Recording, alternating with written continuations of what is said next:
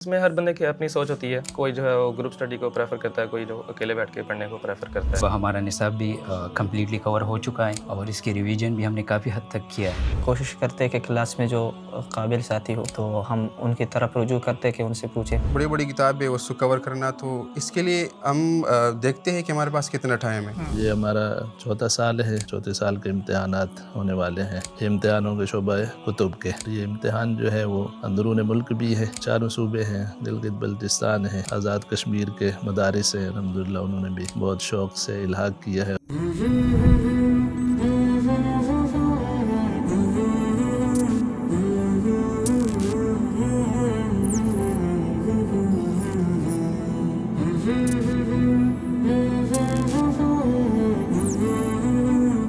بسم اللہ الرحمن الرحیم. ناظرین محترم, اس وقت میں موجود ہوں جامعۃ الرشید میں, اور جامعۃ الرشید میں ایک بہت ہی اہم تعلیمی ایکٹیویٹی ہونے جا رہی ہے. میں بات کر رہا ہوں مجمع العلوم الاسلامیہ کے سالانہ امتحانات کی, جو آج سے کچھ دن بعد انشاءاللہ سٹارٹ ہونے جا رہے ہیں. آپ کو پتہ ہے کہ مجمع العلوم الاسلامیہ ایک جامعۃ الرشید کا انٹرنیشنل بورڈ ہے, جس کے تحت تقریباً 1000 مدارس رجسٹرڈ ہیں, اور وہ ایک بڑا امتحان کنڈکٹ کرنے جا رہے ہیں ماشاءاللہ.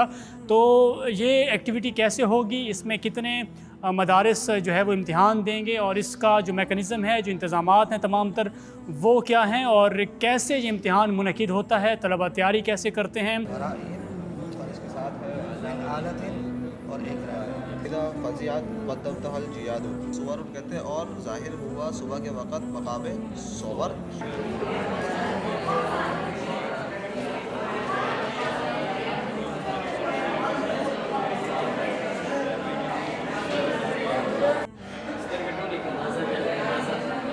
تعلیمی سال ہے وہ ہمارا اختتام پذیر ہوا 21 جنوری کو, یعنی بمطابق 20 رجب تک تمام جو سلیبسز ہے, تمام درجات کی جو مقدار خواندگی وہ مکمل ہوئی. 20 رجب سے یعنی 21 جنوری سے لے کے 7 فروری تک ہمارے پھر امتحان کی تیاری ہوتی ہے. تمام طلبہ کو تو یہ ترغیب دی جاتی ہے کہ وہ ممتاز نمبرات سے اوپر ہو, 80% سے اوپر ہو. اس میں پھر یہ ایک سلیکشن کی جاتی ہے کہ جو طلبہ پوزیشن ہولڈر ہے ان کو باقاعدہ ایسا ماحول فراہم کرنا اور ایسی جگہوں پر بٹھانا اور ایسے اساتذہ کرام کے زیر نگرانی امتحان کی تیاری کروانا, تاکہ وہ اپنے جو سٹیٹس ہے پوزیشن کی اس کو برقرار رکھ سکے. پورا سال طلبہ الحمدللہ اپنے ریویژن کرتے ہیں پراپر طریقے سے, جو روزمرہ کے اسباق ہیں اس کو کور کرتے ہیں. لیکن یہاں ایک خاص نظم ہے کہ امتحان سے 15 دن یعنی 2 ہفتے پہلے طلبہ کو مکمل پڑھائی سے فارغ کر دیے جاتے ہیں. اساتذہ کرام اپنے سلیبس کمپلیٹ کر لیتے ہیں, اور طلبہ یکسو ہو کر اپنی مرضی سے یہاں تیاری کرتے ہیں, اور ان کے لیے مختلف ماحول فراہم کیا جاتا ہے. کچھ طلبہ کمبائنڈ اسٹڈی کے قائل ہوتے ہیں تو ان کے لیے کمبائنڈ اسٹڈی والا ماحول دیا جاتا ہے, اور کچھ طلبہ انڈیویژل ریویژن کے جو ہے نا وہ قائل ہوتے ہیں تو ان کے لیے ریویژن والا ماحول بھی دیا جاتا ہے.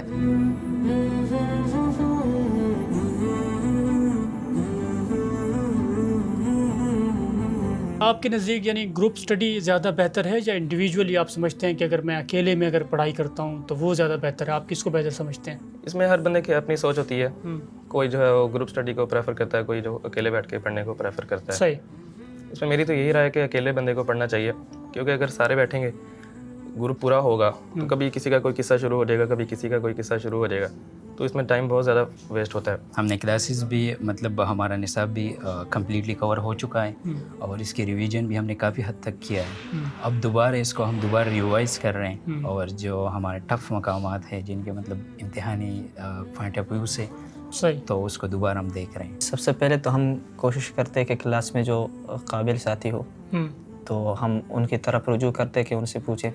اگر ان سے بھی ہم مطمئن نہ ہو جائیں تو الحمدللہ ہمارے اساتذہ نے ہمیں یہ وہ سہولت فراہم کی کہ جس ٹائم بھی ہم ان سے سوال پوچھیں, اگر وہ جامعہ میں موجود ہیں تو ہم کسی بھی ٹائم جا کر ان سے پوچھ سکتے ہیں. میں یونیورسٹی کا بھی اسٹوڈنٹ ہوں, تو میں نے وہاں دیکھا ہے, وہاں پہ آپ کو پورے ایک سیمسٹر کے لیے ایک کورس آؤٹ لائن دیا جاتا ہے, جس کو کور کرنا بہت آسان ہوتا ہے.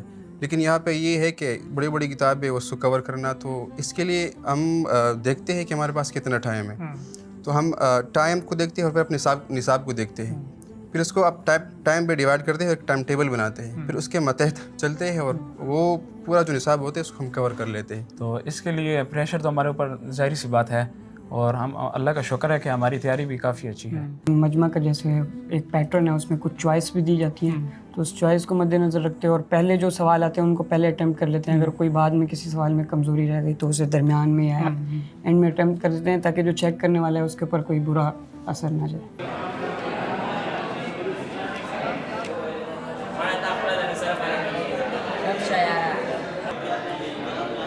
یہ ہمارا چوتھا سال ہے.